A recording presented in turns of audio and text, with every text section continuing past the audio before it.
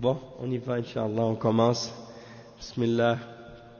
إن الحمد لله نحمده ونستعينه ونستغفره ونعوذ بالله من شرور أنفسنا ومن سيئات أعمالنا من يهده الله فلا مضل له ومن يضلل فلا هادي له وأشهد أن لا إله إلا الله وحده لا شريك له وأشهد أن محمدا عبده ورسوله يا أيها الذين آمنوا اتقوا الله حق تقاته ولا تموتن إلا وأنتم مسلمون يا أيها الناس اتقوا ربكم الذي خلقكم من نفس واحدة وخلق منها زوجها وبث منهما رجالا كثيرا ونساء واتقوا الله الذي تساءلون به والأرحام إن الله كان عليكم رقيبا يا أيها الذين آمنوا اتقوا الله وقولوا قولا سديدا يصلح لكم أعمالكم ويغفر لكم ذنوبكم ومن يطع الله ورسوله فقد فاز فوزا عظيما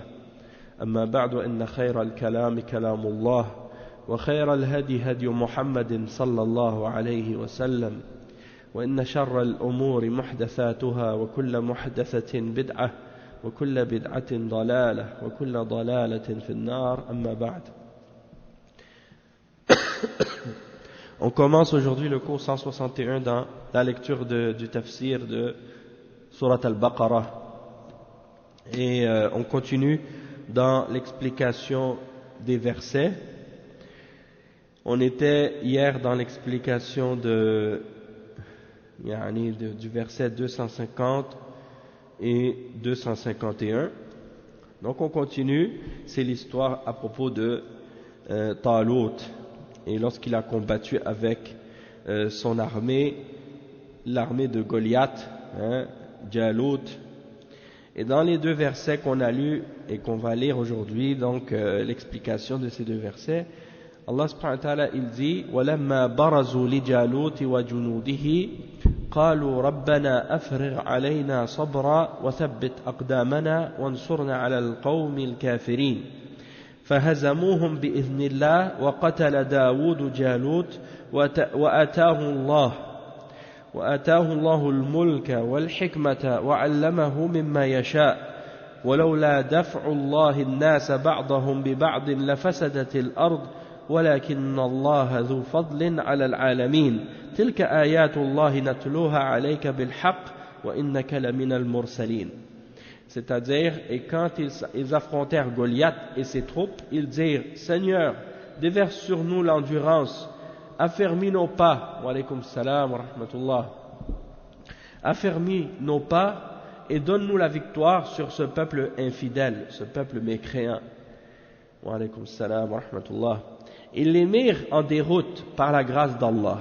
Et Daoud alayhi salam, tua Goliath, Jalut, et Allah lui donna la royauté et la sagesse et lui enseigna ce qu'il voulut. Et si Allah ne repoussait pas une partie des hommes par une autre, la terre serait certainement corrompue, mais Allah est détenteur de la faveur pour les mondes.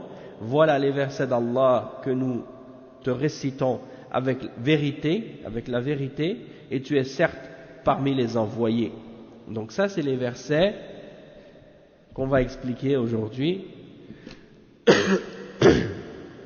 Donc le cheikh il dit وقتل داود جالوت يعني داود كان في جيش طالوت كان جنديا فظفر داود بقتل جالوت الملك يعني رماه بحجر في رأسه فقتله وآتاه الله الملك انتقل الملك من طالوت إلى داود عليه السلام في هذه الوقعة والله يؤتي ملكه من يشاء لما قتل هذا الجبار فإن الله أعطاه الملك وأعطاه النبوة وجمع له بين الأمرين كان في بني إسرائيل الملك في سبط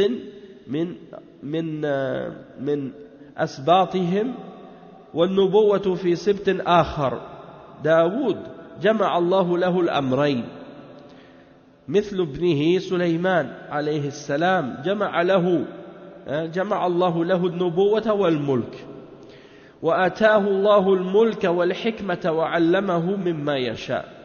هذا نتيجة الصدق مع الله سبحانه وتعالى، وأن داود عليه السلام لما صدق مع الله وثبت وقتل طاغية الكفار شكر الله له ذلك وأعطاه الملك والنبوة. وقتل داود جالوت وآتاه الله الملك والحكمة وعلمه مما يشاء. وهذا نتيجة الصبر والصدق مع الله سبحانه وتعالى والثبات في مواقف الجهاد ولا سيما في أحرج المواقف. Donc le cheikh il dit que Daoud a tué Jalut, Goliath. David a tué Goliath.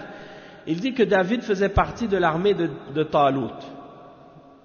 Daoud, alayhi salam, il faisait partie de l'armée de Talut. Et il était un des soldats dans son armée.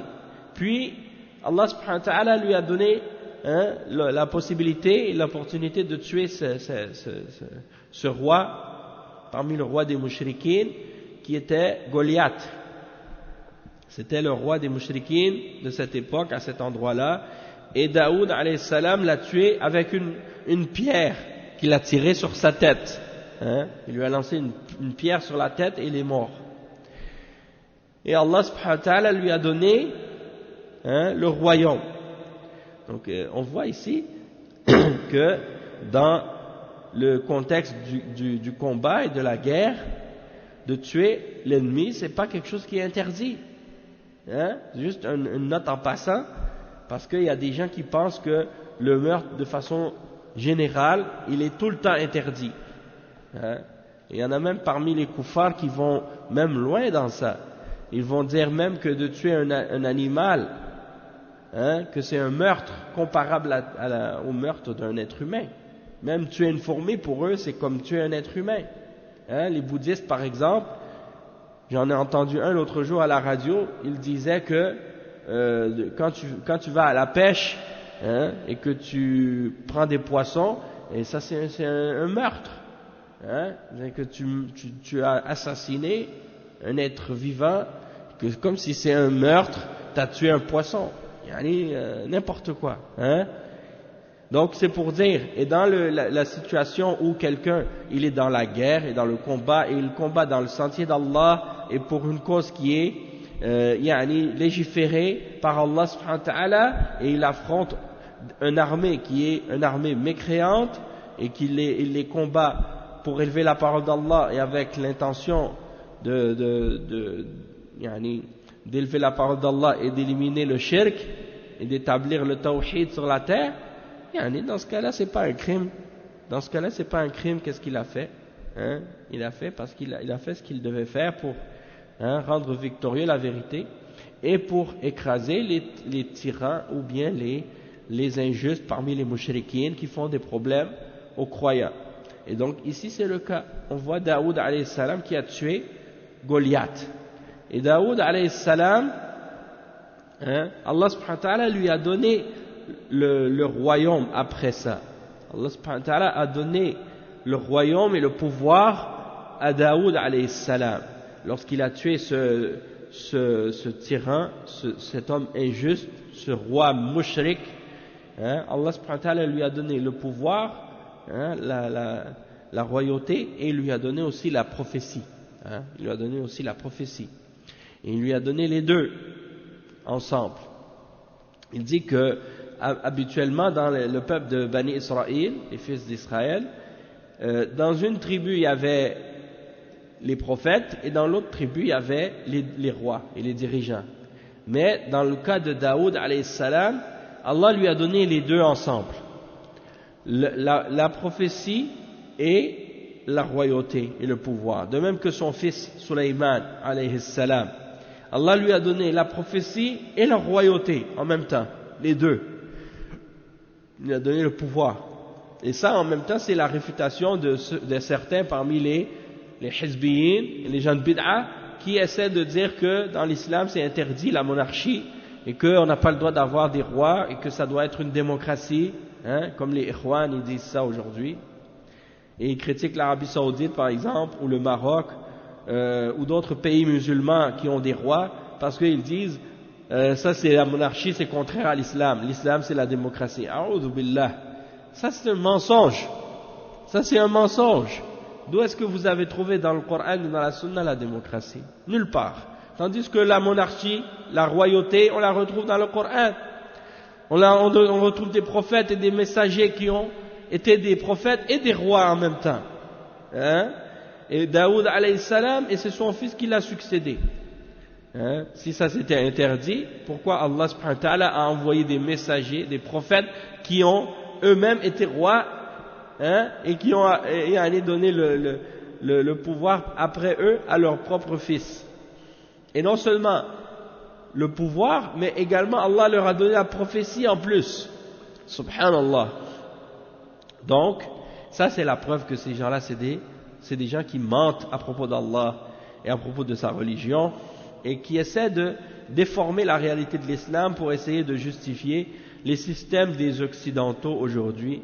Donc ils veulent leur faire plaisir et faire croire aux gens que l'islam c'est qu'est-ce que les kuffars enseignent aujourd'hui et qu'est-ce que l'islam enseigne, c'est la même chose. A'udhu billah. Donc ça c'est totalement faux. Parce que l'islam c'est la religion d'Allah. Et la démocratie, c'est la religion des mouchriquins et des kuffars. C'est pas la religion des musulmans. Et le cheikh, il dit ensuite, Allah subhanahu wa ta'ala, il mentionne qu'il lui a donné le pouvoir, hein, la royauté, il lui a donné la sagesse, et il lui a appris de tout ce qu'il voulait, hein, de tout ce qu'il a voulu. Donc, le résultat, ça comment il a reçu tout ça, c'est par rapport à sa sincérité avec Allah. Et le résultat de sa sincérité envers Allah subhanahu wa ta'ala est le fait que lorsqu'il a été sincère avec Allah et véridique avec Allah et qu'il a été ferme, hein, lorsque c'était nécessaire d'être ferme et d'être fort et d'être déterminé et de faire preuve d'endurance, il est resté ferme et il a fait face, hein, à ce roi mécréant et au kuffar et à son armée. Et Allah subhanahu wa ta'ala lui a donné la victoire sur eux. Et Daoud alayhi salam a tué Goliath, hein, et Allah l'a remercié et l'a récompensé en lui donnant la royauté et la prophétie. Donc il a tué Goliath et Allah lui a donné la royauté, la sagesse, et il lui a enseigné de toutes choses, hein, de tout ce qu'il voulait. Et ça c'est le résultat de la patience, de l'endurance, de la véracité avec Allah subhanahu wa ta'ala, et le fait d'être ferme dans les positions qui nécessitent la fermeté lorsqu'on rencontre l'ennemi dans le djihad et dans les positions et les situations les plus difficiles. Les plus difficiles, tu fais preuve de fermeté et de courage, hein, et de patience et d'endurance, et bien le résultat Allah il te donne, hein, par la suite. Il dit ثم قال عز وجل ولولا دفع الله الناس بعضهم ببعض لفسدت الأرض لولا أن الله شرع الجهاد في سبيله لفسدت الأرض وتسلط الكفار على المسلمين ونشروا الكفر والإلحاد فالجهاد هو سنام الإسلام وهو عز الإسلام لا يقوم الإسلام إلا بأمرين الدعوة والجهاد ولولا دفع الله الناس بعضهم ببعض أي لولا أن الله شرع الجهاد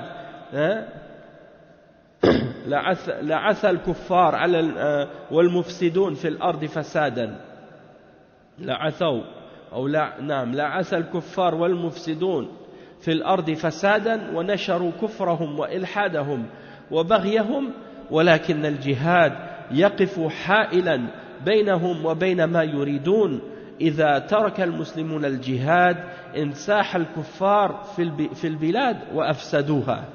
Donc le cheikh il dit que Allah subhanahu wa ta'ala il mentionne dans le verset par la suite que si ce n'était, hein, le fait que Allah repousse une partie des hommes par une autre, le monde serait corrompu, la terre serait corrompue, hein? Il faut qu'il y ait donc le djihad, et c'est pour ça que Allah subhanahu wa ta'ala a légiféré le djihad dans son sentier. S'il ne l'aurait pas légiféré, eh bien la terre aurait été corrompue. La terre aurait été corrompue et les kuffars auraient pris le dessus sur les musulmans et ils auraient propagé la mécréance et l'athéisme, sur la terre. Et le djihad, c'est, comme le prophète sallallahu alayhi wa sallam l'a dit, c'est le plus haut point de la bosse de l'islam. Si on compare l'islam, c'est le plus haut point de la bosse comparé quand le prophète sallallahu alayhi wa sallam a comparé l'islam à un chameau. Il a dit la tête, c'est l'islam, et les piliers, c'est la salat. Le pilier, c'est la salat, et le plus haut point de la bosse, c'est le djihad fi sabilillah. Il y a dans le djihad, dans la lutte dans le sentier d'Allah, il y a dans ça la force et la puissance et la fierté de l'islam. Et il dit que l'islam ne peut être établi que par deux choses.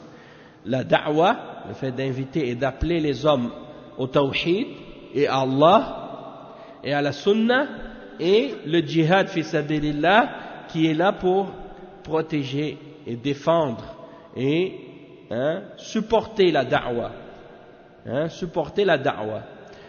Et donc le cheikh il dit, et si ce n'était du fait que Allah a repousse une partie des hommes par une autre, si ce n'était du fait que Allah a légiféré le djihad fi sabilillah, eh bien les kuffars auraient propagé le désordre sur la terre. Ils auraient couvert la terre de corruption et de désordre. Et ils auraient propagé la mécréance et l'athéisme et la transgression. Il dit, mais le djihad est là pour empêcher et stopper les kuffars de pouvoir faire ce qu'ils veulent. Lorsque les musulmans abandonnent le djihad, eh bien c'est à ce moment-là que les kuffars en profitent pour rentrer dans les pays musulmans et faire le désordre. Et c'est ce qui s'est produit dans les pays musulmans. Lorsque les musulmans ont commencé à innover des innovations et des bid'a, et qu'ils sont rentrés dans toutes sortes de choses que Allah et son messager n'ont pas légiférées, et que les gens sont rentrés dans des bid'a et dans des sectes, et on a vu apparaître toutes sortes de turq soufiyya, différentes sectes soufis, différentes sectes des shi'a, différentes sectes des asha'ira, des gens de kalam, les asha'ira, maturidiyya, jahmiyya, mu'tazila, et les différentes turq soufiyya qui propagent les innovations et les bid'a. Eh bien, quand ça s'est arrivé, les musulmans ont commencé à se diviser entre eux, et à se détester les uns les autres, et à se combattre les uns les autres, et à s'affaiblir. Et lorsqu'ils ont commencé à courir après la dunya en plus de ça, et à se détacher de l'akhira, ou à négliger l'akhira, ou à aimer la dunya plus que l'akhira, eh bien, quand les kuffars ont commencé à voir ça, eh bien, ils ont dit, ça y est, c'est le moment. Les musulmans ont délaissé le djihad. Pourquoi? Parce qu'ils ont innové, ils ont fait des bid'a, ils ont commencé à faire des formes de shirk dans les pays musulmans, adorer les tombes, prier à des morts, faire des bid'a, diviser les musulmans, suivre aveuglément des hommes qui ne sont pas des prophètes et les élever à des degrés plus hauts que les prophètes, et se détacher du Coran et de l'enseignement du prophète sallallahu alayhi wa sallam dans la sunna authentique. Donc les gens, ils ont délaissé les livres de hadith, ils ont délaissé le Coran, et ils ont commencé à s'attacher aux paroles des hommes qui ne sont pas des prophètes et qui ne sont pas infaillibles et qui peuvent et qui ramènent parfois des innovations et des choses contraires au Coran et à la sunna. Et donc les gens sont tombés dans ça, et ils se sont divisés, et ils se sont détestés, et ils se sont combattus, et ils se sont affaiblis, et ils ont couru après la dunya. Alors les kuffars sont rentrés dans les pays musulmans, et ils ont dit, ça y est, maintenant on est capable. Et c'est ça ce qui c'est ça qui est arrivé par la suite avec la colonisation des pays musulmans. Les kuffars rêvaient de pouvoir rentrer dans les pays musulmans depuis longtemps, mais ils ne pouvaient pas. Quand les musulmans sont forts, ils ne peuvent pas. Mais quand les musulmans sont devenus faibles, se sont divisés, et qu'ils ont perdu la force, yani, subhanallah, ils sont rentrés. Quand tu lis l'histoire comment Napoléon est rentré en Égypte, yani, c'est surprenant. Tu te dis comment ce vaurien là, hein, qui rentre dans les pays musulmans comme ça, qui prend le pouvoir d'un pays musulman. La même chose, comment les koufars de France, les koufars d'Angleterre et des autres pays européens, comment ils sont rentrés dans les terres de l'islam et comment ils ont réussi à faire qu'est-ce qu'ils ont fait. Hein? Donc tu vas dire, ah mais ça c'est les ennemis de l'islam, ils ont fait ci, ils ont fait ça. Mais c'est à cause de nous. C'est notre faute parce qu'on n'a pas fait qu'est-ce qui était obligatoire et on n'a pas respecté les ordres d'Allah subhanahu wa ta'ala. Hein? Il ne faut pas faire comme celui, hein? Quelqu'un l'a poussé par terre et lui il reste par terre et il pleure. Il dit on m'a poussé. Lève-toi. Fais qu'est-ce que tu dois faire. C'est pas tu restes par terre, tu pleures et que tu penses que ta situation elle va changer parce que tu es en train de faire la victime par terre. Hein? Donc il faut prendre les causes nécessaires et faire les moyens que Allah nous a ordonnés, c'est-à-dire d'établir la religion d'Allah, d'étudier le Coran, d'étudier la Sunna, de s'accrocher à la voie des salafs, de rejeter et de repousser les innovations et les bid'ah. C'est ça qui ramène à la Ummah sa force, sa fierté, son honneur, sa grandeur. Hein? Et c'est ça ce que les koufars détestent. Et c'est pour ça qu'ils combattent, avec tout ce qu'ils possèdent aujourd'hui, ils combattent la salafiyya. Et ils font tout ce qu'ils peuvent pour l'arrêter. Malgré qu'ils prétendent qu'ils sont contre le terrorisme. Tout le monde est contre le terrorisme. Pas seulement eux. Tout le monde est contre le terrorisme. Mais qu'est-ce qu'ils aiment pas? C'est pas le terrorisme en réalité seulement. Parce que pourquoi? Ils défendent les Khawarij. Et ils sont avec eux. Hein? Ils les financent et ils les aident. Et ils ne les interdisent pas de la même manière qu'ils interdisent les salafis. Alors que les salafis, on sait très bien qu'ils sont contre le terrorisme. Hein? Mais la raison de ça, c'est pourquoi? C'est parce qu'ils savent que les salafis, ils savent qu'est-ce que signifie la discipline. Ils savent qu'est-ce que signifie le respect de l'autorité et l'obéissance aux dirigeants dans le bien. Et ça, est-ce qu'il y a quelque chose de plus dangereux pour une puissance ou pour un ennemi que des gens qui respectent l'autorité, qui écoutent et obéissent à leurs dirigeants, qui sont disciplinés et qui respectent les ordres d'Allah et qui sont unis et qui se divisent pas? Est-ce que ça c'est plus dangereux? Ou bien celui qui veut faire sauter tout le monde et qui appelle à la haine et qui déteste tout le monde et que tout le monde le déteste de toute façon parce que c'est quelqu'un qui ne fait que semer le désordre sur la terre? Il n'y a personne qui peut l'aimer celui-là. Donc ils ont avantage à faire mettre de l'avant celui qui veut la destruction et le mal et faire paraître l'islam comme si c'était ça. Mais quand tu vois une personne qui appelle à l'islam et qui enseigne aux gens les enseignements du Coran et de la Sunna, l'obéissance aux dirigeants, le respect de l'autorité dans le bien, la discipline, l'attachement au Coran et à la Sunna, le rejet des innovations, le rejet du shirk, le retour au fondement des croyances islamiques, ça c'est dangereux pour eux. C'est ça qui leur fait peur. C'est pas les Ikhwan, c'est pas les Khawarij, c'est pas les Takfirin. Eux, ils savent que ceux-là, ils peuvent les éliminer facilement. Donc voilà le secret maintenant, vous avez compris. D'où vient la haine contre la voie des salafs et la salafiyya. Parce que les salafs, c'est les sahaba. Et les kuffars, qui est-ce qu'ils détestent plus parmi les musulmans? C'est les sahaba. C'est les sahaba. C'est les premiers musulmans. C'est eux qui ont amené l'islam. C'est eux qui ont été accrochés le plus fermement à cette religion. Donc c'est normal qu'ils détestent la voie des salafs, parce que c'est la voie des sahaba. Il ne faut pas trop se poser des questions, l'affaire est claire. Et le cheikh il dit ensuite, وَقَالَ تَعَالَى وَلَوْلَا دَفْعُ اللَّهِ النَّاسَ بَعْضَهُمْ بِبَعْضٍ لَفَسَدَتِ الْأَرْضِ وَلَكِنَّ اللَّهَ ذُو فَضْلٍ عَلَى الْعَالَمِينَ ومن فضله سبحانه أنه شرع الجهاد في سبيله ووعد بالنصر لمن صدق معه سبحانه وتعالى. وفي الآية الأخرى يقول الذين أخرجوا من ديارهم بغير حق إلا أن يقولوا ربنا الله ولولا دفع الله ولولا دفع الله الناس بعضهم ببعض لهدمت صوامع وبيع وصلوات ومساجد يذكر فيها اسم الله مكناهم في الأرض يذكر فيها اسم الله كثيرا ولا ينصرن الله من ينصره إن الله لقوي عزيز الذين إن مكناهم في الأرض أقاموا الصلاة وأتوا الزكاة وأمروا بالمعروف ونهوا عن المنكر ولله عاقبة الأمور. فالنصر بيد الله ولا يؤتيه إلا من يستحقه ممن يقوم بالجهاد في سبيله ونشر الدين وإعلاء كلمة الله وضحد الكفر والكفرة والأشرار.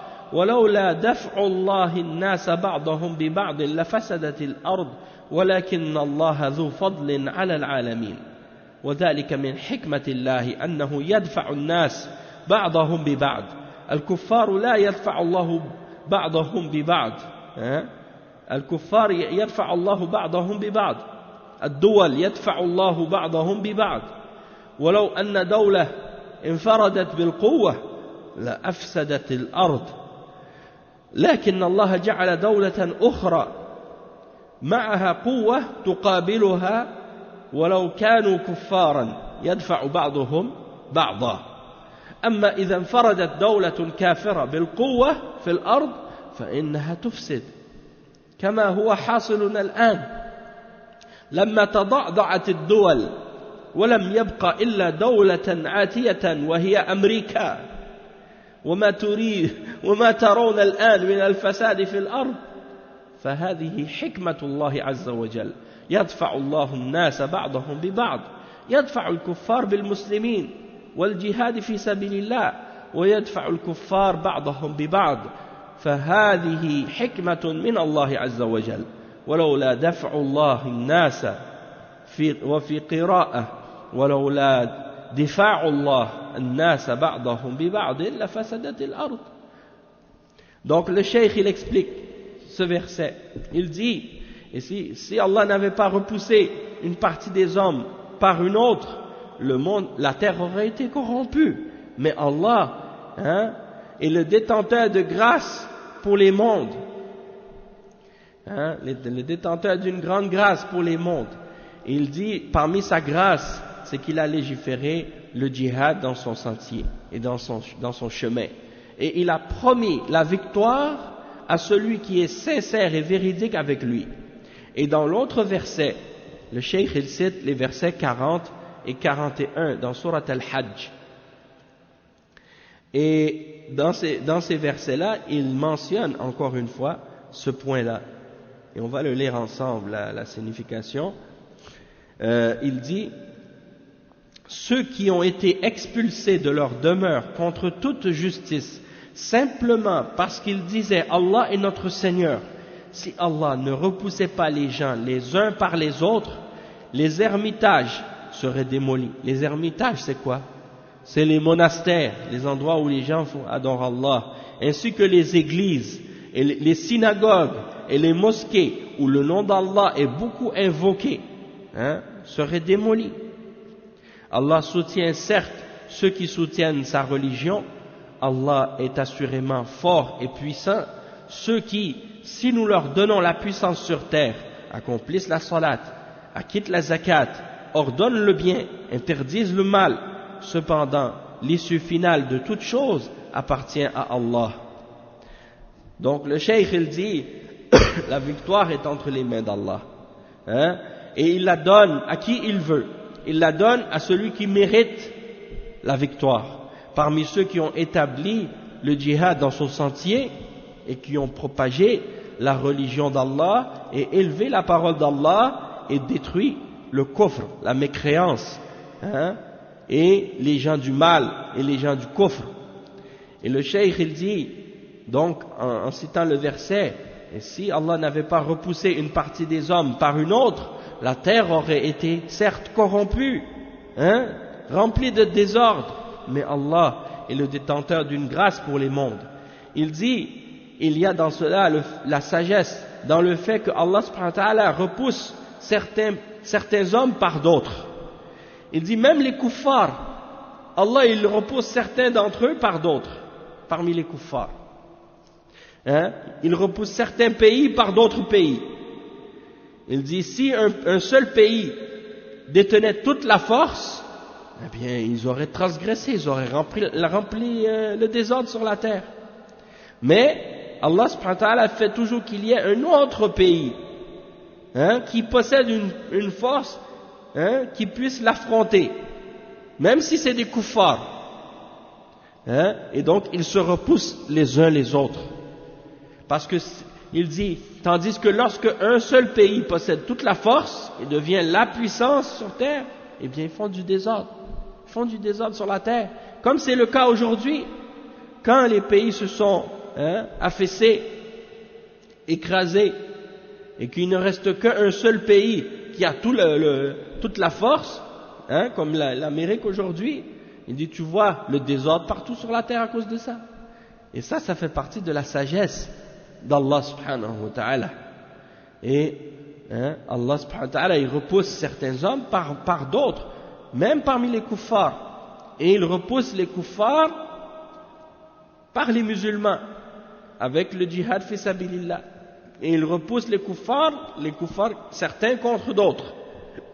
Tu vois, les Russes, ils ont une force qui arrive à, disons, neutraliser un peu la force des Américains. Il y a toujours une opposition quand même entre les pays. Mais c'est ce qui fait qu'il y a un équilibre.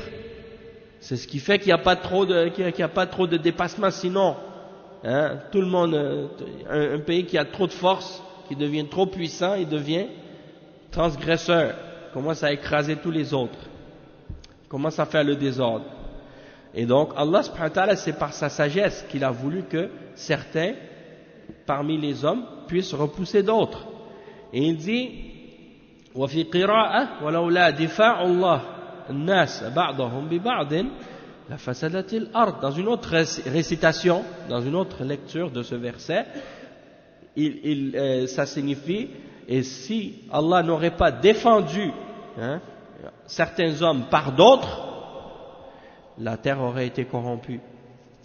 Et dans l'autre verset qu'on a lu, le verset 40 et 41, dans Surat Al-Hajj, Allah subhanahu wa ta'ala, il dit la huddimat sawami' yani buyutul ibada lin nasara wa biya'un wa hiya ma'abidul yahud wan nasara aydan wa salawat aydan 'inda an-nasara wa 'inda yani 'inda al-yahud عباداتهم تسمى صلوات ومساجد وهي للمسلمين يعني دمرت أماكن العبادة. ولهذا نبينا صلى الله عليه وسلم منع المسلمين أن يهدموا الكنائس ويهدموا البيع ويتعرضوا لبيوت العبادة.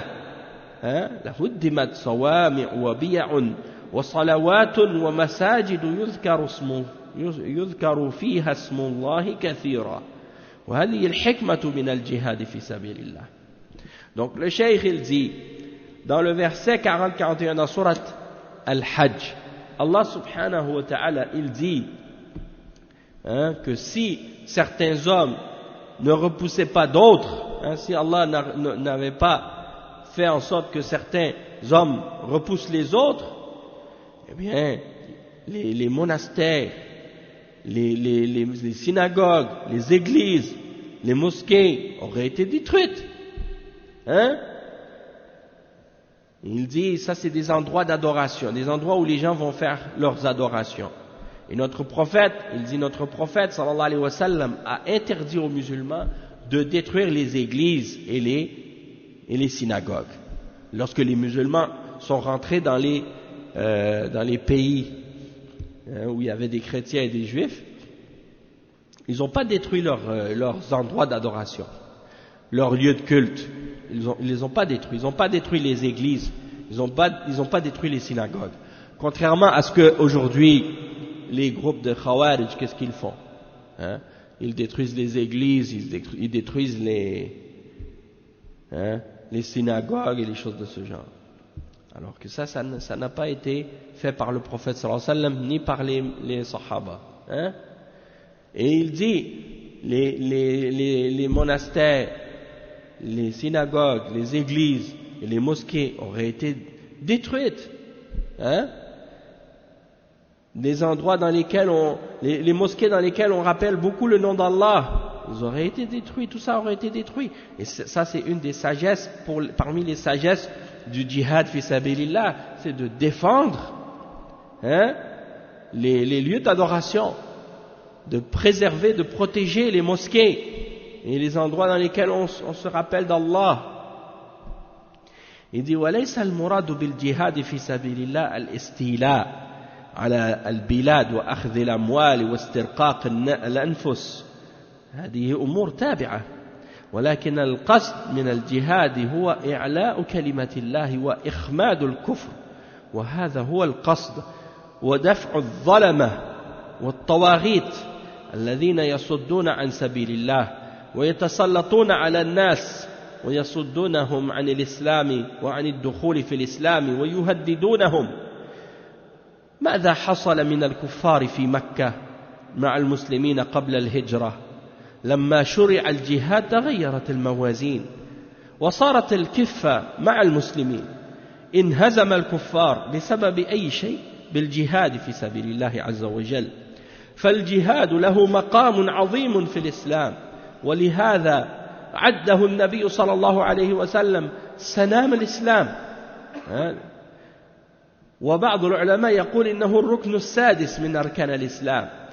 Donc le cheikh il dit le but du djihad c'est pas de prendre le contrôle des pays, c'est pas de prendre les biens ou de rendre les gens esclaves. Il dit ça c'est des choses qui viennent à la suite de ça, mais c'est pas le but. C'est pas le but du djihad. Le cheikh il dit le but et l'objectif du djihad c'est d'élever la parole d'Allah et d'écraser la mécréance et le kufr. C'est ça le but. De repousser l'injustice et les injustes et les idoles et les choses qui sont adorées en dehors d'Allah ou qui veulent se mettre à la place de Dieu. Les hommes qui veulent se mettre à la place de Dieu ou les systèmes inventés par des hommes et ces gens-là veulent faire de ces systèmes-là des dieux et des divinités qui sont adorées. Et aujourd'hui tu vois dans certains pays ils parlent de leur système politique ou de leur système de gouvernement qui est inventé par des êtres humains faibles, ignorants et limités, et ils veulent le comparer à la loi d'Allah et à ce que Allah a révélé dans le Coran et dans la Sunna. Et ils veulent faire de ça la référence pour l'humanité. Et ils pensent que c'est dans ça qu'il y a de la justice, et ils critiquent la religion d'Allah subhanahu wa ta'ala, alors que c'est eux les injustes. Donc il faut comprendre que ces systèmes en réalité sont des idoles. Ces systèmes que des hommes ont inventés, peu importe comment ils l'appellent, c'est des idoles. Et ça rentre dans les gens, les catégories de gens qui veulent se mettre à la place d'Allah et de ses lois. Et donc ils veulent obstruer le sentier d'Allah et le chemin d'Allah.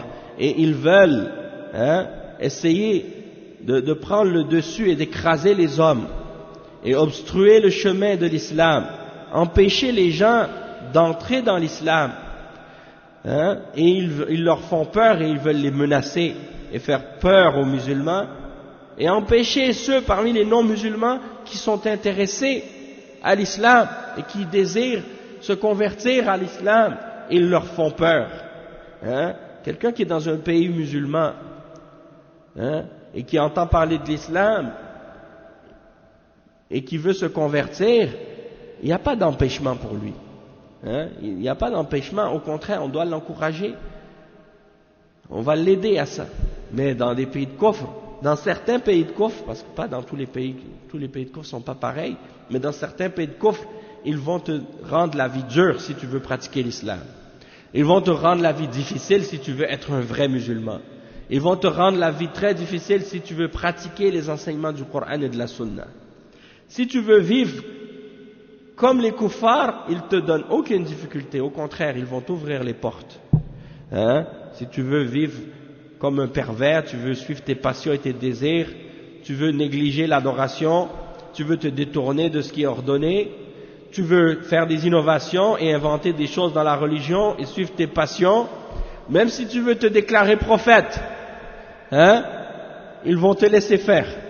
Pas de problème. Tu veux faire ta propre religion, tu veux créer ta propre religion nouvelle, hein, ok, d'accord. On va même te donner, hein, une exemption de taxes.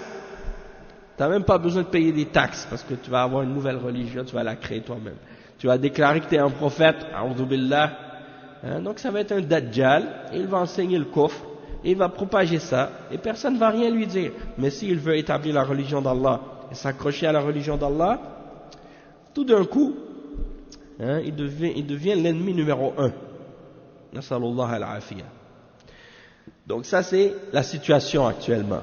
Et donc le cheikh il dit, donc les kuffars ils veulent, hein, empêcher les gens d'accepter l'islam et de se convertir à l'islam. Et c'est ce qui s'était passé avec les kuffars à la Mecque, avant la hijra du prophète Mohammed sallallahu alayhi wa sallam. Quand il était à Mecca, hein, les mushrikines et les kuffars, ils donnaient beaucoup de difficultés aux musulmans. Et ils les torturaient, et ils les maltraitaient, et ils les insultaient, et ils les torturaient, et ils les tuaient même parfois. Hein, comme c'est arrivé à la famille de Yasser, par exemple. Donc les musulmans étaient dans la situation de faiblesse. Mais lorsque les musulmans ont fait la hijra et qu'ils sont allés à Médine et qu'ils ont eu une force et qu'ils ont été assez nombreux et que Allah a légiféré le djihad par la suite, la balance a changé de côté. La balance a penché maintenant en faveur des musulmans. Et les kuffars ont été vaincus. Et la raison de ça, c'est quoi? C'est à cause du djihad, fi sabilillah. Donc le djihad, il a une très grande importance dans l'islam. C'est quelque chose qui est très important dans la religion d'Allah. Et c'est sûr que, bien entendu, les kuffars, ils aiment pas ça. Ils vont pas aimer ça. C'est normal, hein? Parce que c'est la force. La religion de l'islam, c'est une religion de force. C'est pas une religion de faiblesse. Dans le sens que c'est pas une religion qui appelle les hommes, hein, à laisser faire la mécréance, laisser faire le shirk, laisser faire le kufr, laisser faire la perversité, laisser faire l'injustice, laisser faire le mal. Non. Allah subhanahu wa ta'ala, il a légiféré une religion dans laquelle il y a de la force, hein, pour établir la justice sur la terre, pour établir le bien. C'est pas normal que ce soit juste le kufr qui a le droit d'utiliser, hein, et d'user de force, hein, et que quand les gens de la foi, les gens de la vérité décident de défendre la vérité en utilisant la force que Allah leur a permis d'utiliser, qu'on les critique ou qu'on les blâme. Non, il n'y a aucun mal là-dedans. Mais du moment que c'est fait de la manière qui a été légiférée et que c'est en accord avec les règles et les conditions réelles de l'islam, et non pas selon la méthode des fanatiques ou des extrémistes, hein, parmi les khawarij ou les gens de l'égarement qui font du désordre au nom de l'islam et qui prétendent faire le djihad alors qu'en réalité ils ne font que du désordre sur la terre et le djihad est innocent de ce qu'ils font, hein, quand ils font des attentats terroristes et qu'ils tuent des hommes, des femmes, des enfants, des vieillards qui sont des civils qui ne participent pas à aucun combat et qui ne sont même pas en guerre avec les musulmans parce que leurs États et les États des pays musulmans sont en paix, hein, et ils ont signé des ententes et des traités qui doivent être respectés par les musulmans. Donc c'est pas acceptable que ces gens-là fassent ce genre d'actes de terrorisme et qui par la suite prétendent que ce qu'ils font, hein, comme trahison fait partie du djihad. A'udhu billah, hein. L'islam est innocent de ce qu'ils font. L'islam est innocent de leurs mensonges et de leurs trahisons. Le cheikh il dit ensuite que certains, même parmi les ulama, ont dit, hein, que l'islam c'est même le 6e pilier. Il y a 5 piliers dans l'islam, il n'y a pas 6. Mais certains, ils ont même voulu dire que s'il devait y avoir un 6e pilier dans l'islam, ce serait le djihad. Tellement c'est important, hein. Et le prophète sallallahu alayhi wa sallam a dit, comme on l'a dit tout à l'heure, que c'est sanam l'islam. Donc ça a une place très importante. Mais le djihad, il est limité aussi à la capacité des musulmans. Donc les musulmans, s'ils n'ont pas la capacité de le faire, s'ils ne sont pas aptes à le faire parce qu'ils n'ont pas la force ou les moyens nécessaires pour le faire, ils ne sont pas dans le péché. Dans ce cas-là, ils sont excusés par Allah de pouvoir le faire. Et c'est la même chose avec toutes les adorations de l'islam. Si par exemple, on va dire que toi, tu peux pas faire le wudu parce que tu n'as pas d'eau, tu es excusé. Tu peux faire le tayammum. Supposons que tu veux faire la prière mais que tu as une jambe cassée, tu as une jambe dans le plâtre, tu peux pas prier debout. Eh ben, tu es excusé dans ce cas-là de prier debout, tu peux prier assis. Si tu peux pas prier assis, tu es excusé dans ce cas-là, tu peux prier sur le côté, allongé, ou sur le dos. Hein? Qu'est-ce qui arrive si, supposons que, quelqu'un, il est, dans le mois de Ramadan, il est malade, il ne peut pas jeûner, il est excusé. Dans ce cas-là, il n'est pas obligé de jeûner. Hein? Il va reprendre les jours plus tard. Et qu'est-ce qui arrive si cette maladie-là, elle ne va pas guérir? Eh bien, il est excusé dans ce cas-là de jeûner. Il n'a même pas besoin de reprendre dans d'autres jours. Il va nourrir un pauvre, hein, au lieu de jeûner. La religion de l'islam, c'est la religion de la facilité, c'est la religion de la miséricorde, hein, c'est la religion du bon sens. Donc, quand tu n'as pas la capacité, on n'a pas la capacité de faire le djihad, on est excusé. Hein, on est excusé. Allah, il ne va pas te punir et te châtier pour ça. Par contre, si tu as la capacité, tu as les moyens et la force et tout ce qu'il faut, mais que là tu le négliges ou tu le fais pas alors que c'était obligatoire ou nécessaire de le faire, alors là, c'est autre chose. Parce que là, on sera dans le péché. Mais ça ne veut pas dire que, même si on est dans le péché, que n'importe qui peut le faire, n'importe qui peut le déclarer, n'importe qui peut appeler au djihad. Non.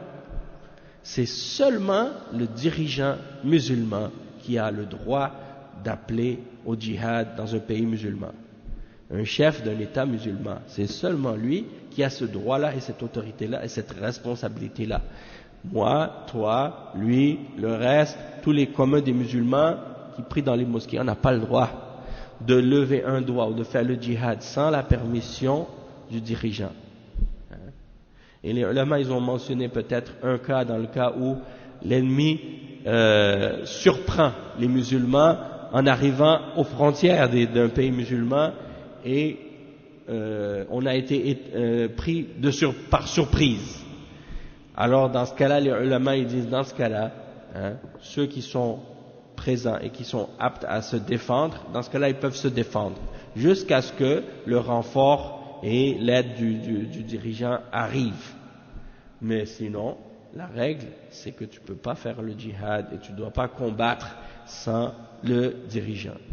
Parce que sinon, comme Cheikh il l'a déjà expliqué, c'est le désordre. Il n'y aura pas de djihad dans ce cas-là, il n'y aura aucun résultat positif à ce combat-là.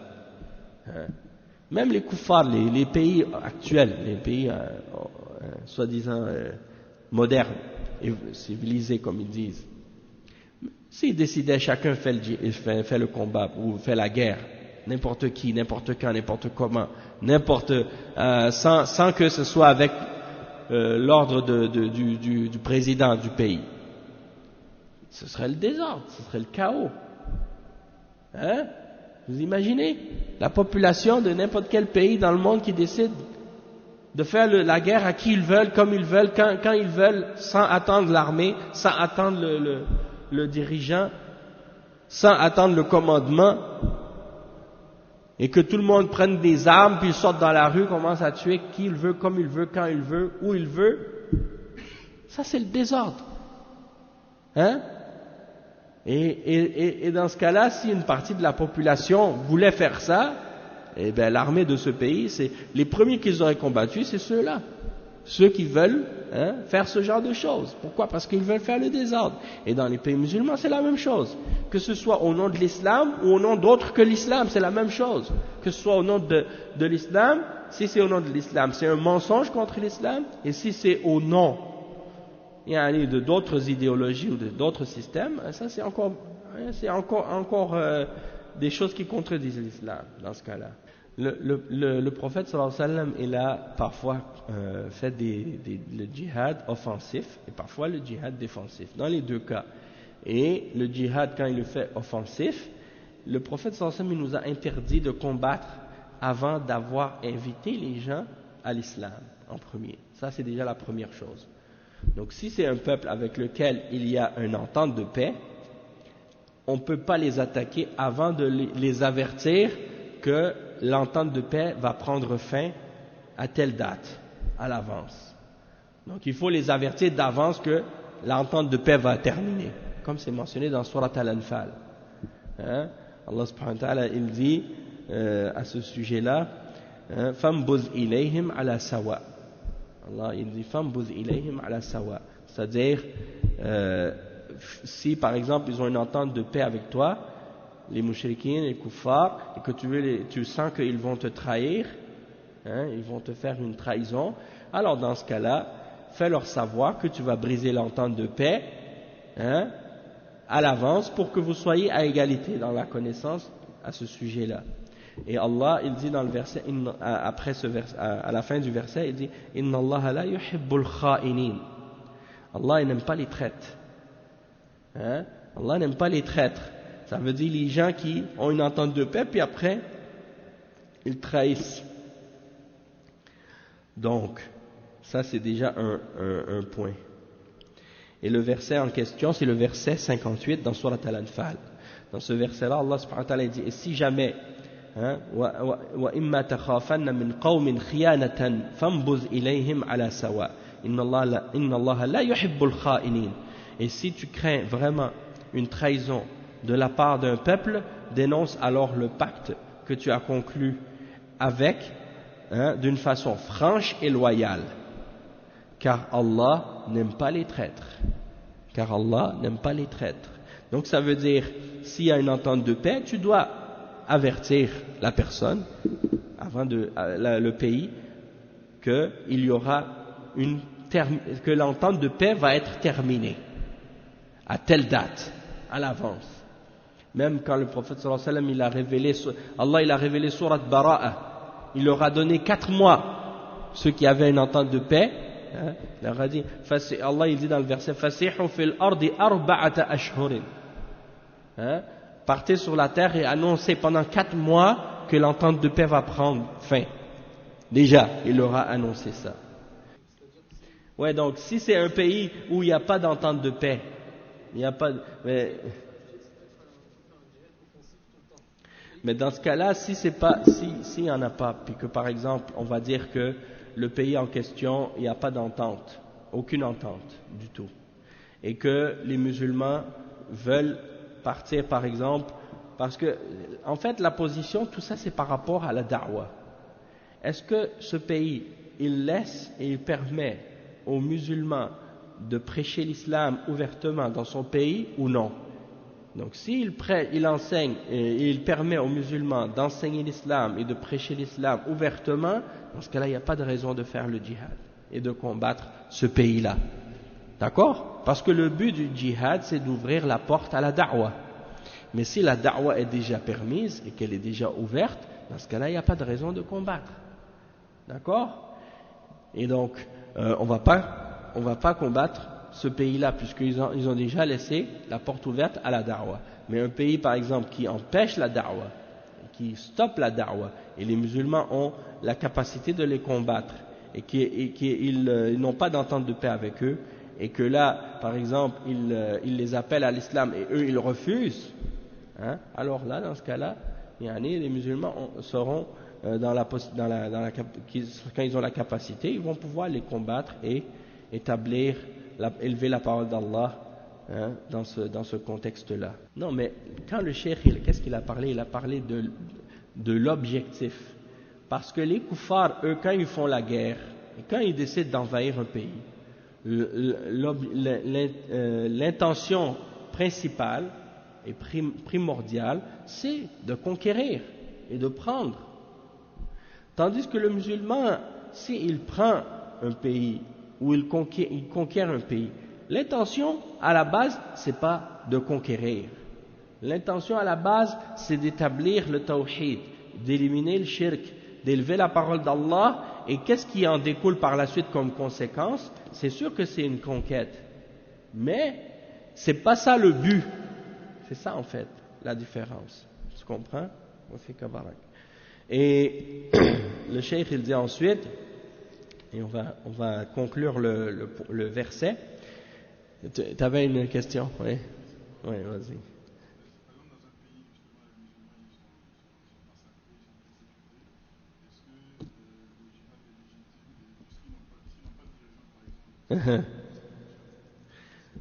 En fait, les ulama, parce que toi tu parles peut-être d'un cas où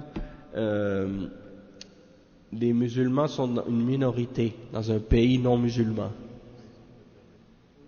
Ouais, un pays quelconque, peu importe, sans mentionner de nom, un pays dans lequel les musulmans sont une minorité et ils sont opprimés.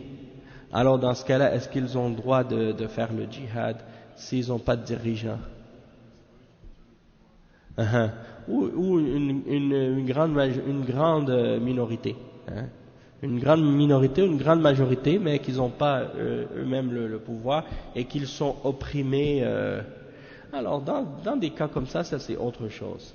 Et je ne connais pas la réponse à cette question de façon spécifique. Sauf qu'une chose qui est certaine, c'est que s'ils n'ont pas de pouvoir et d'autorité et d'armes et d'armée, ils ne pourront pas faire le djihad, ça c'est certain. Et s'ils essaient de combattre dans des situations pareilles, ils vont se faire massacrer encore plus, d'accord? Donc, dans des cas comme ça, d'après moi, wallahu a'lam, l'aide doit venir d'un autre pays extérieur, d'un pays musulman voisin, qui doit venir en aide aux musulmans de cette région-là. Mais pas que les musulmans eux-mêmes de cette région décident par eux-mêmes de vouloir essayer de combattre sans avoir la force nécessaire ou les capacités et les moyens nécessaires, parce que ça risque de leur causer plus de tort et de préjudice dans ce cas-là. Mais comme je te dis, des cas comme ça c'est des cas qu'on ramène aux ulama et aux hommes de science. Et la parole et les fatwas au sujet des questions de combat et des questions de politique ou des questions qui ont rapport avec le sort des nations musulmanes, ce genre de fatwa ne revient qu'aux grands parmi les grands ulama qui sont fermement enracinés dans la science et qui ont de l'âge et de l'expérience et non pas n'importe quel parmi les savants.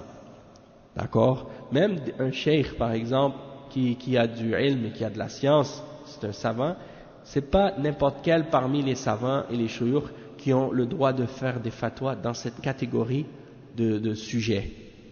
Ça, c'est réservé uniquement aux plus grands parmi les ulama, les plus âgés, les plus expérimentés dans la science. C'est qu'est-ce qu'on appelle les nawazil. Nawazil, c'est-à-dire quand il y a des malheurs qui tombent sur les musulmans dans la Ummah et que c'est à un niveau global ou à un niveau qui est généralisé. Alors à ce moment-là, c'est pas n'importe qui a le droit d'ouvrir sa bouche dans ce genre de questions-là. Il faut que les gens retiennent leur langue, même s'il a de la science, même s'il a du savoir, c'est pas n'importe qui peut se permettre de faire les fatwas là-dessus. Et non.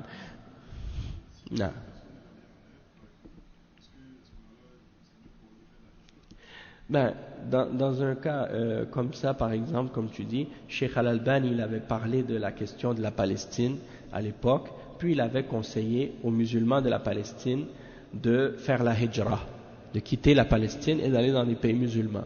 D'accord? Pourquoi? Pour vivre leur religion en liberté et être capable de pratiquer leur religion en paix. Donc là, il y a des ikhwan qui ont été scandalisés parce que eux, ils sont dans la mentalité de la résistance, et la résistance, parce que beaucoup d'entre les gens qui sont là-bas, c'est des communistes, beaucoup d'Arabes actuellement, c'est des communistes, et tu vois que les partis communistes dans les pays occidentaux, ils sont toujours en train de défendre la Palestine. Hein? Et ils essaient de faire croire aux musulmans qu'ils sont en faveur de l'islam et des musulmans. Alors que c'est un des pires mensonges, parce que la réalité de ces communistes, comme ceux qu'on appelle les gens de la gauche, hein, est que c'est des ennemis de l'islam. Et que c'est des gens qui appellent à l'athéisme. Et on l'a vu, qu'est-ce qu'ils font en Russie, qu'est-ce qu'ils ont fait ailleurs dans les pays communistes. Partout où ils ont établi leur gouvernement et leur système, ils ont toujours fait tout pour essayer de combattre l'islam. Hein? Donc ils n'ont rien à voir avec la religion, ces gens-là. Et quand ils disent qu'ils défendent la Palestine, c'est uniquement un prétexte pour justifier comment on dit, leur propagande politique, que ce soit les socialistes, que ce soit les communistes, c'est la même chose. Et donc ces gens-là, ils utilisent la Palestine juste comme une bannière, comme une banderole en réalité. Ils n'ont rien à faire avec l'islam et le peuple musulman palestinien qui veulent l'islam. Et Cheikh Al-Albani, il avait encouragé les musulmans là-bas de faire la hijra pour pouvoir se sauver et pratiquer leur religion en liberté. Et quand ceux qui se sont objectés parmi les Ikhwan, comme Youssef al-Qardawi et autres, ont critiqué ça, hein, ou bien il y en a certains parmi les ulama, comme Cheikh bin Baz, il avait dit, si les Juifs ils veulent faire une entente avec vous et dire on va vous donner une partie de la Palestine pour vous, les musulmans, puis nous on va garder une partie, et Cheikh bin Baz il avait dit oui, s'ils veulent vous donner une partie, dans ce cas-là prenez-la, il n'y a pas de problème, c'est mieux de prendre une partie que de rien avoir du tout. Et eux ils se sont scandalisés en entendant ça, alors que le prophète Mohammed sallallahu alayhi wa sallam, il a laissé la Mecque aux mushrikines et aux idolâtres avec les idoles, et il est parti à Médine pendant 10 ans. Il a laissé la Mecque aux mushrikines. Pourquoi? Parce qu'il savait qu'il ne pouvait pas la prendre. Il savait qu'il était en situation de faiblesse. À Mecque, il ne pouvait pas faire qu'est-ce qu'il fallait. Donc il est parti jusqu'à ce qu'il ait la force suffisante. Après il est revenu, il a pris. Il a repris sans combattre. Et également, le Cheikh bin Baz, il dit, si quelqu'un il rentre chez toi dans ta maison avec des armes et il décide de prendre ta maison, et toi tu n'as pas les moyens de le repousser, de le chasser, et finalement il décide de dire, bon, je vais te donner la moitié de ta maison, tu peux la prendre, nous on garde l'autre moitié, et toi tu n'as même pas la capacité de rien prendre du tout, mais lui, il décide de te donner la moitié. Tu vas dire, non, je ne veux pas la moitié tant que tu ne me donnes pas toute ma maison au complet. Où est-ce qu'elle est la logique là-dedans? Donc, c'est pour ça que les gens, des fois, ils parlent d'une manière émotive, ils parlent avec leurs sentiments, ils parlent avec leurs émotions, mais ils n'utilisent pas la logique. Ils n'utilisent pas le bon sens. Et l'islam, elle n'est pas contre le bon sens. Au contraire. Et le cheikh il dit ensuite, وقال عز وجل تلك آيات الله نتلوها عليك بالحق. ما ذكره الله في سورة البقرة من أحوال بني إسرائيل من أول السورة إلى هذا الموضع، هذا من آيات الله، لأن الرسول صلى الله عليه وسلم ما عايش تلك الأزمنة ولا شاهد هذه الحوادث، وليس هو يقرأ ويكتب حتى لا يقال إنه يقرأ في التواريخ. أمي لا تعلم، ما تعلم ولا يكتب ولا يقرأ، ومع هذا يقص هذا القصص كأنه مشاهد له. لماذا؟ لأن الله أوحاه إليه، وهذا معجزة من معجزاته صلى الله عليه وسلم. وما كنت تتلو من قبله من كتاب ولا تخطه بيمينك إذا لارتاب المبطلون، ولكن هذا وحي من الله عز وجل، وهذا وحي من الله أوحاه إلى رسوله صلى الله عليه وسلم وقصه على بني إسرائيل، قص عليهم تاريخهم الذي يعرفونه ولم يخطئ منه شيئا، وهذا دليل على رسالته sallallahu alayhi wa sallam وما كنت بجانب الغربي إذ قضينا إلى موسى الأمر وما كنت من الشاهدين. يعني محمد صلى الله عليه وسلم ما حضر موسى عليه السلام ولا حضر الأنبياء من قبله. وما كنت بجانب الطور إذ نادينا ولكن رحمة من ربك ولتنذر قوما ما آتاهم من نذير من قبلك لعلهم يتذكرون. فهو يخبر عن الغيوب الماضية وكأنه حاضرها ويخبر عن الغيوب المستقبلة أيضا قبل أن تقع وما هو عنده وما هو من عنده.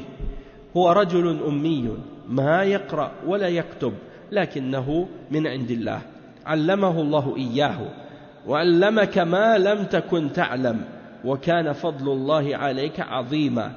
الله سبحانه وتعالى هو الذي علمه فهذا من معجزاته صلى الله عليه وسلم. تلك آيات الله نتلوها عليك بالحق وإنك لمن المرسلين. وهذه معجزات تدل على أنك من المرسلين. أكد ذلك بقوله صلى الله عليه وسلم وإنك لمن المرسلين. هذه شهادة من الله عز وجل لنبيه محمد صلى الله عليه وسلم بالرسالة. وكفى بالله شهيدا وصلى الله على نبينا محمد وعلى آله وأصحابه أجمعين. Donc le cheikh il termine l'explication de ce verset en disant Allah subhanahu wa ta'ala dit dans le verset voici les versets d'Allah que nous te récitons en toute vérité. Nous te les récitons en toute vérité. Et Allah subhanahu wa ta'ala il mentionne tout ce qu'il a mentionné de Surat al-Baqarah à propos de Bani Israël depuis le début de la Surah jusqu'à cet endroit-là, ça fait partie des versets d'Allah et des signes d'Allah.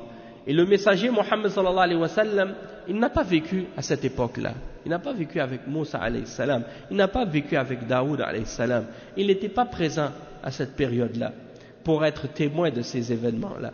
Et il ne sait ni lire ni écrire, pour qu'on puisse dire il a lu les livres d'histoire. Non, il n'a jamais lu ça. Il n'a jamais étudié ces choses-là. C'est un prophète illettré. Il ne sait ni lire, il ne sait ni écrire. Il n'a jamais étudié ces choses-là. Il n'a jamais appris ces choses-là. Et il nous raconte ces histoires comme s'il avait été témoin. Pourquoi? Parce que Allah subhanahu wa ta'ala lui a révélé ces histoires et ces situations-là. Et ça fait partie des miracles d'Allah subhanahu wa ta'ala. Les miracles d'Allah subhanahu wa ta'ala et les miracles que le prophète sallallahu alayhi wa sallam a fait. Et il mentionne dans le verset 48 dans Surat Al-Ankabut à ce sujet-là le fait que il dit et avant cela tu ne récitais aucun livre et tu n'écrivais aucun de ta main droite, sinon ceux qui nient la vérité auraient eu des doutes. Si auparavant le prophète sallallahu alayhi wa sallam lisait et écrivait, les gens auraient eu des doutes de qu'est-ce qu'il dit. Ils auraient dit il a pris ça de d'autres, il a lu ça dans des livres. Non, le prophète sallallahu alayhi wa sallam, il n'a jamais lu un livre, il n'a jamais écrit avant d'avoir reçu la révélation. Et il dit mais Allah subhanahu wa ta'ala il lui a révélé cela. Ça fait partie de la révélation d'Allah subhanahu wa ta'ala à son messager. Et qu'est-ce qu'il lui a raconté de l'histoire de Bani Israël? Et qu'est-ce qu'il lui a raconté de leur histoire? Des choses qu'ils connaissent. Il n'a pas fait d'erreur dans ces choses-là. Et ça c'est la preuve de son message et de sa prophétie. Et il mentionne le verset 44 dans Surat Al-Qasas, dans lequel Allah subhanahu wa ta'ala il dit tu n'étais pas sur le versant ouest du Sinaï quand nous avons décrété les commandements à Moïse, tu n'étais pas parmi les témoins. Allah subhanahu wa ta'ala lui dit t'étais pas là, t'étais pas témoin de ça, mais il n'était pas présent lorsque Moussa alayhi salam était là, lorsque les prophètes précédents étaient là, il n'était pas présent. Et il mentionne le verset 46, et tu n'étais pas au flanc du mont Thor quand nous avons appelé, mais tu es une miséricorde de ton Seigneur pour avertir un peuple qui a nul avertisseur avant toi n'est venu, afin qu'il se souvienne. Donc, il ne fait que nous informer de l'invisible du passé, comme si il était présent, comme s'il avait été présent. Et il nous informe également de l'invisible de l'avenir, comme des choses qui ne se sont pas produites. Il nous informe à leur sujet, comme si c'était quelque chose qu'il avait vu. Et alors que c'est un homme illettré qui ne sait ni lire ni écrire. Mais Allah lui a enseigné. Sa science lui vient d'Allah. Et nous t'avons enseigné ce que tu ne savais pas. Et la grâce d'Allah pour toi est immense. Verset 113 dans Surat An-Nisa. Et il dit également que ça fait partie de ce que Allah lui a enseigné et c'est un miracle. Voici les versets que nous récitons pour toi et tu es certes du nombre des messagers.